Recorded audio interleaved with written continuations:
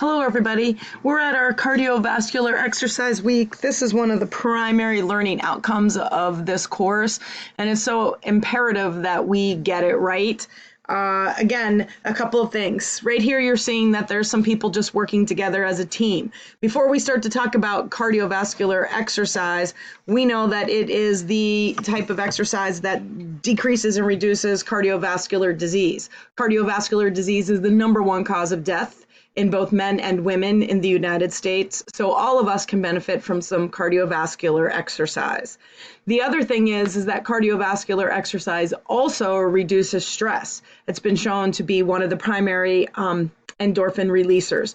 And so stress is also afflicting around 87% of adults in the United States and a higher number of college students. So from that standpoint, I want us to begin talking about programming. When you design an exercise program, we follow the FIT principles. The FIT principles are that very thing that designs an exercise prescription. Yes, we call it a prescription because as an exercise physiologist, I design the dose of exercise that is appropriate for you. In order to do so, you must first do a fitness evaluation. Where are you starting? We can't determine where you're going or how to get you there safely and effectively without knowing where you're starting. So that's the mission critical. Therefore, that's why we do the fitness evaluation. In this chapter, you were given 3 options for fitness evaluation. One was the 3-minute step test, one was the 1-mile walk, the other was the 1.5-mile walk run. There are very specific sort of protocols that go along with this assessment, and it is determined by your current fitness level, your exercise state, and some maybe special needs, medical conditions, et cetera, et cetera. So the 3-minute step test is the test done for people who have healthy knee joints, but maybe haven't been exercising on a regular basis. The weather is not good, or they cannot make a 1-mile walk. So that's what the 3-minute step test is for. The results will be skewed and inaccurate for people who don't fit into that category. The next one is the 1-mile walk. This should be a challenge. This is not a stroll. You are moving on your 1-mile walk, and it is a walk. So there's no jogging. It has to maintain a walk. Okay, this is also should be done on a flat surface. Your links provided you a treadmill test. Obviously, it's not as accurate. A treadmill has a moving belt, which projects you into the next step. Very interesting, and has an absorptive base that allows for you to bounce, whereas the ground does not. So the next one then is for all the folks who already do some sort of cardiovascular fitness program. And even if you don't run, but you do regular cycling, you do some type of aerobic exercise on a regular basis, Zumba, dance, whatever, then you would have done the 1.5-mile run walk test. And that's because it will challenge you enough through that time frame to get us some accurate results. So first and foremost, you must determine what assessment is most appropriate for you. So once we've done that assessment, then we have some other things to consider. So in considering these other things, I've made a sheet so that you can sort of follow along. This is underneath the cardiovascular chapter. And this is to help you design your best program. So you are expected to design a program. Lots of people have asked me, why is there a resubmit? Do I need to resubmit my cardiovascular program? Well, we won't know that until I correct yours, and hopefully this will make it so that you don't have to resubmit. But first and foremost, once I determine what fitness test I do, I then determine what my fitness level is. These results are all accessible on the internet through the links that's provided on the chapter. Okay, so first and foremost, the fitness levels. Typically, they are below average, average, above average, superior, and then even above that. And we'll talk about that in a minute. These are very important to understand where you are. While your categories may have different names, they're literally typically broken up into these 4 basic things. If there is even something below average, below average, then we would still use this fitness zone. Very important to keep in mind, okay? So important that you understand that there is a zone, a fitness percentage zone attached to each one of the levels.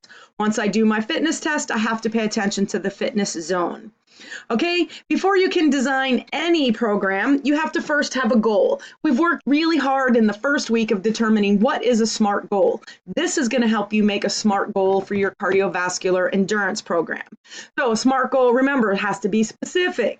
So the first thing is, am I just initiating a fitness program? Have I been doing a cardiovascular program on a regular basis? In order to answer that, the thing that's important is that on a regular basis means that you've been doing so at least 3 times per week for at least 3 months consecutive. That makes you a regular aerobic exerciser. I understand you're college students, you have jobs, you have families, you have other things. So perhaps you're not in that zone. There's no judgment here. It's just in order to get you the best program. So that could be a beginner. You're initiating some sort of exercise program, you're trying to build into it. Summer makes it a little bit easier. Kids are home, schedules are a little lighter, different things like that. If you've already been doing that 3 times a week for 3 months, you may see that you want to improve some numbers. You are maybe training specifically for some goal. Maybe at the end of summer, you want to do a 5K, a 10K, a marathon. I'm not sure. And maybe you're just good with maintaining. Maybe aerobic exercise or cardiovascular fitness isn't your primary goal. But we know that because of the stress and the cardiovascular disease, we need some base level. So you might be a maintainer. Okay, that's the next thing. That's going to determine our degree of difficulty, our numbers per week. These are some basic things. When we're talking about designing or prescribing an exercise program, the thing is that not only is it a science, but it's also an art. And so that's mission critical that I want you to pay attention to. So then the next thing we get to is the intensity. The intensity is your target heart rate zone. You can look up a chart and you can find your age and you can look on that chart and it will give you a generic number, a range in which you and every other person at your age group would fit into. And so my goal is not to have it be that generic. One of the keys to good exercise prescription is that it is individualized. In order to have your target heart rate zone individualized, it must be within or include your resting heart rate, your gender, and of course, your current fitness level. So those are things. Those, of course, gender isn't a variable, but your resting heart rate and your current fitness levels are variables. That is why you go back every 2 or 3 months based off of your exercise activity and reassess your target heart rate zone. Before we move forward, I want to be clear that when you're doing resistance training, if I'm doing weights, if I'm doing yoga, if I'm doing a game or a sport, I will not be in my target heart rate zone. Those, it does not apply. Intensity target heart rate zone is for cardiorespiratory endurance training only. So that's something to keep in mind. Okay, so here's how we do it. You literally take 220 minus your age. That gets you to what we refer to as max heart rate. You take your max heart rate and you subtract your resting heart rate. Your textbook and I asked that you take your heart rate 2 mornings in a row, whatever it was when you wake up. Preferably it would be when you just wake up naturally, but I realize that most of us need an alarm clock and we have to get up early. So you'd want to take that after you've sort of gotten over the shock of your alarm clock going off. So you take your heart rate, you measure your heart rate at your radial or wrist site for 1 whole minute.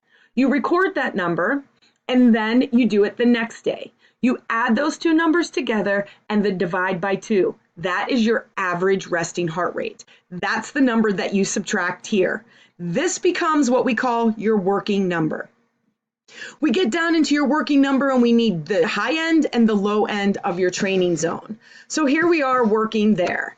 You take your working number and you multiply it by your fitness zone percentage, and that equals your unadjusted low. You add back in your resting heart rate, and that equals out to be your low end target heart rate zone.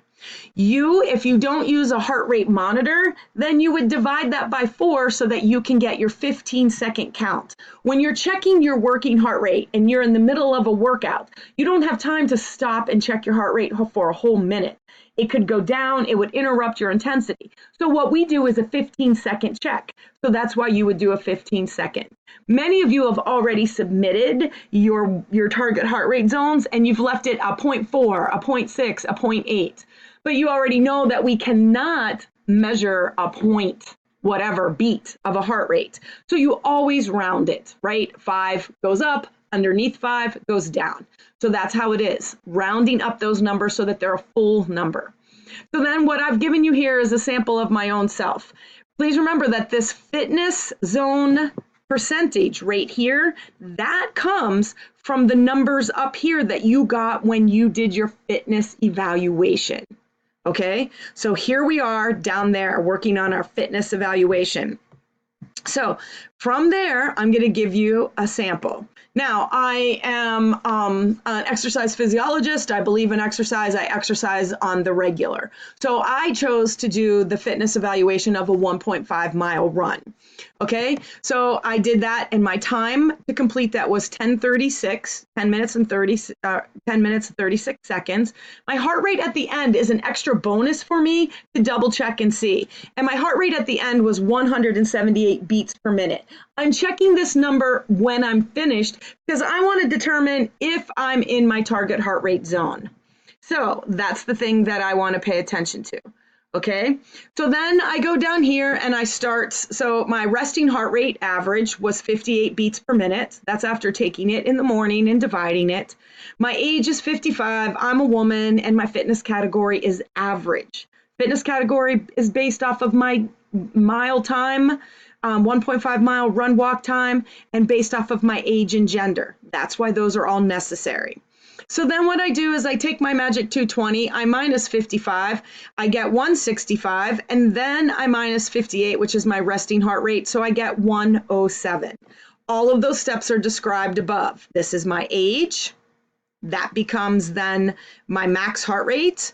This is my resting heart rate average, and then 107 becomes my working number.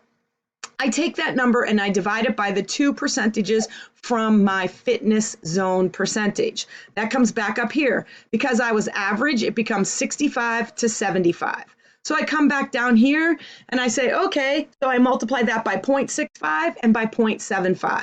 I get these numbers. I add back in that resting heart rate average, and then I literally come up with numbers. I round it up so that I get real numbers, divide it by 4 so I can get my 15-second pulse count rounded by this.